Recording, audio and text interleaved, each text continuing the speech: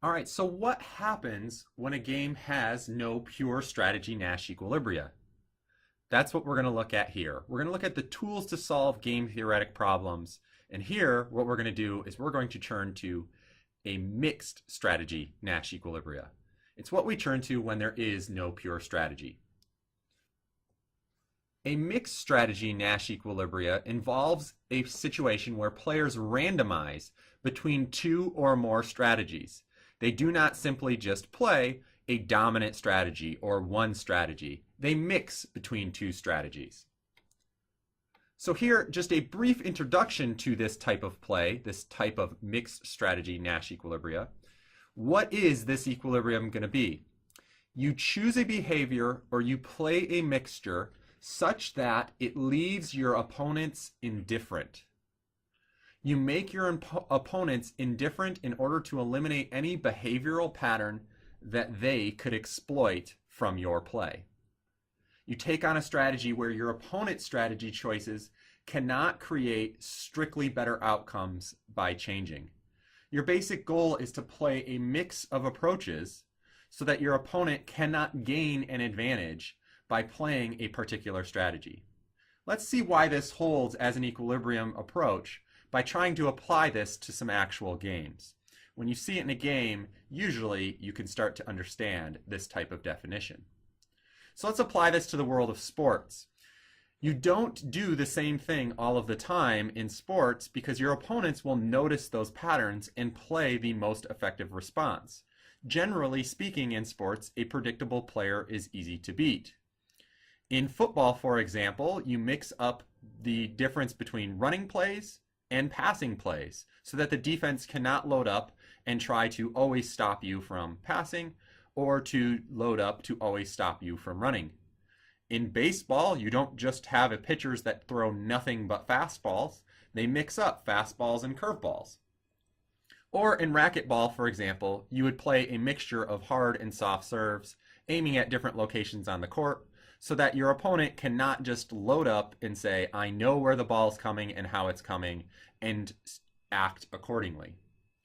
To make this clear in a non-sports setting, we'll take a game that a lot of people are very familiar with playing a mixed strategy Nash equilibria in, and that would be rock, paper, scissors. What do you do in rock, paper, scissors? You randomize between playing rock, paper, and scissors to avoid being a sucker. By doing so, your opponent is left indifferent between any of their strategies. In rock, paper, scissors, it's kind of obvious that you wouldn't just play a whole bunch of rock, very little paper, and very little scissors. Why? Because then your opponent could strategize to take advantage of your silly play. Your opponent could play mostly paper and could beat you more often than they should be able to. Now, playing a random mix is not the same thing as playing a variety of plays, right? Randomness is not merely variety. Imagine if you played rock, paper, scissors, and you went through and you played rock, rock, rock, paper, paper, paper, scissors, scissors, scissors. That is a variety of plays, but it is not selected randomly, and thus the opponent could take advantage of your pattern of play.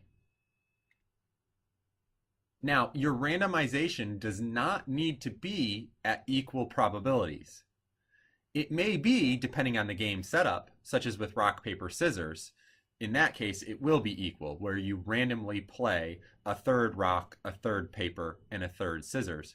But it might be a case that you randomize between unequal probabilities. Consider our football example again. It might make sense to pass 80% of the time and run 20% of the time.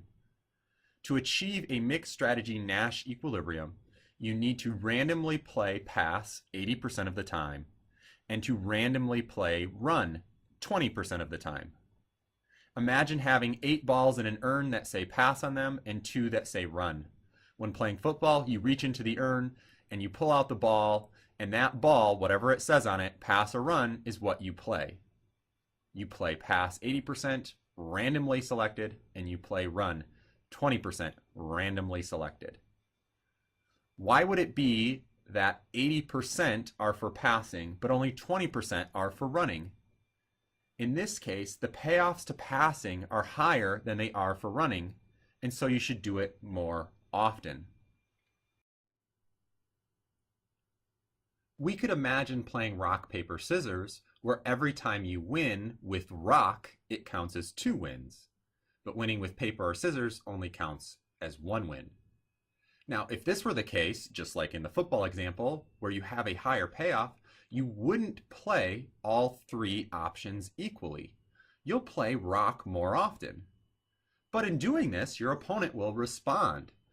If you're going to play rock more often, your opponent will respond by playing paper more often.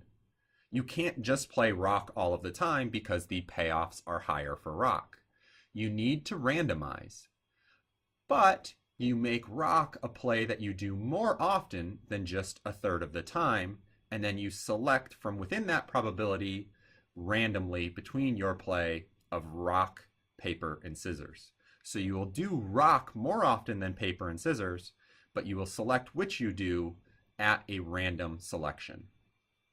If we bring this back to the football analogy, passing has a higher payoff now. Just like the rock gets us 2 wins, a good pass play gets us more yardage than a good run play. Because of that, you would do passing more often. But that means that defenses are going to load up against the pass. And if they do that, it might make more sense to run the ball. How much do you run? How much do you pass? You will randomize your mixture of play so that you get the best possible payoff you can, and your opponent cannot take advantage of knowing what you will do. You will randomly select between passing and running, and we could say that you could randomly select between 80% chance at passing and a 20% chance at running could optimize your payoff and leave your opponent indifferent. The goal is to make your opponents unable to exploit any patterns from your behavior.